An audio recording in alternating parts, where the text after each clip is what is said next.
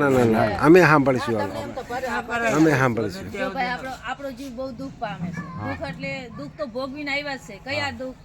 તો દુઃખ અને મહાદુઃખ ભોગવીના જીવડો આવ્યો. દુઃખ એટલે સંસારમાં આવે છે એ દુઃખ છે, ખાલી દુઃખ. અને મહાદુઃખ એટલે જન્મ લેવો અને પાછું મરવું.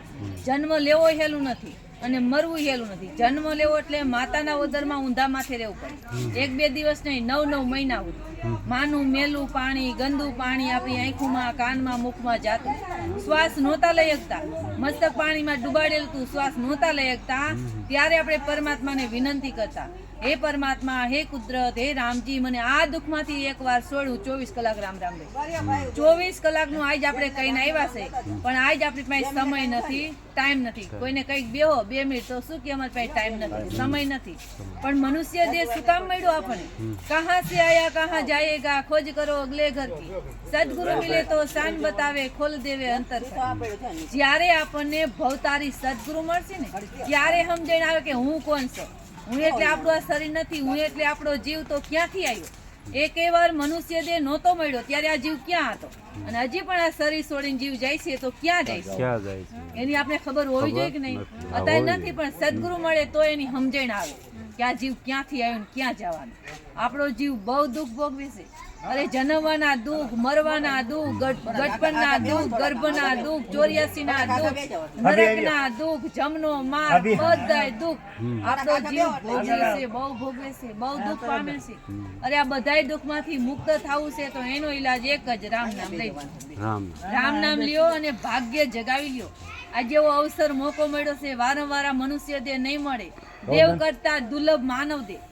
દેવતા મનુષ્ય દેહ ની ચાહના રાખે. બ્રહ્મા, વિષ્ણુ, મહાદેવ, 33 કરોડ દેવતાના રાજા ઇન્દ્ર મનુષ્ય દેહ માંગે. ઓહો પ્રભુ માં નવતન દીજે ભરતખંડ કે માય. કેવલ ભક્તિ કરું સંત સેવા, ઓર કર્યા કચું નહીં. કોણ કહે છે? ઇન્દ્ર બોલે છે કે હે પરમાત્મા, મને મનુષ્ય દેહ આપો ને તો ભારતમાં આપો. હું કેવલ રામ નામની ભક્તિ કરીશ, રામ નામી સંતોની સેવા કરીશ. કોણ બોલે છે? ઇન્દ્ર. અને જે જગ્યાએ ઇન્દ્ર મનુષ્ય દેહ માંગે છે એ જગ્યાએ મનુષ્ય દેહ આપણે મળી ગયો ભારતમાં જ. ભારતમાં જ મળ્યો કે નહીં? આપણે મનુષ્ય દેહ ભારતમાં મળ્યો. અને આપણે શું કરવા લાગ્યા? મારા દીકરા, મારા મકાન, મારું કુટુંબ, મારું પરિવાર. અરે મારું મારું કહીને મેળવું તારું નથી તલભાર. આપણું તલભાર નથી, રતિ ભાર નથી, કારણ કે આપણા જીવની હારે કાંઈ નહીં હાલે એટલે આપણું નથી. પરમાત્માએ આવો મનુષ્ય દેહ દીધો. આંખની જગ્યાએ આંખું બનાવી, કાનની જગ્યાએ કાન, મુખની જગ્યાએ મુખ, હાથની જગ્યાએ હાથ, પગની જગ્યાએ પગ. સુંદર મનુષ્ય દેહ દીધો કે નહીં? જો આંખની જગ્યાએ કાન આપી દીધા હોય અને કાનની જગ્યાએ આંખું આપી હોત તો પરમાત્માનો આપણે શું ખરાબ કરીએ? અરે હારી બુદ્ધિ આપી ત્યારે આપણે અહીંયા આવી હગી છીએ અને બધું કામકાજ કરી હગી છીએ. હારી બુદ્ધિ છે એટલે કે નહીં? બુદ્ધિ નો આપ્યો તો પરમાત્માએ બુદ્ધિ નો આપ્યો તો ક્યાં હોત? ગાંડા હોત. અરે રોડ ઉપર હોત છે અમુક ગાંડા રોડ ઉપર, એને માવતર છે, પરિવાર છે, પણ બુદ્ધિ નથી. એવી હારી બુદ્ધિ લઈને પરમાત્માએ આપણે મોકલા છે. હારી બુદ્ધિ એ માટે આપી છે કે પરમાત્મા રામજીની ભક્તિ કરવા માટે આવો મનુષ્ય દેહ દીધો. સુંદર શોભ્યો મનુષ્ય દેહ દીધો ને.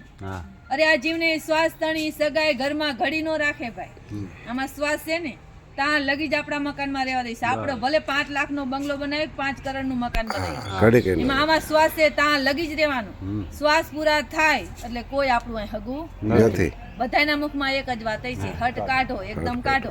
રાખવા તો હોય પણ આપણું શરીર કાંઈ કામનું નથી. મર્યા પછી શ્વાસ ખૂટ્યા પછી આપણું શરીર કાંઈ કામનું આવે.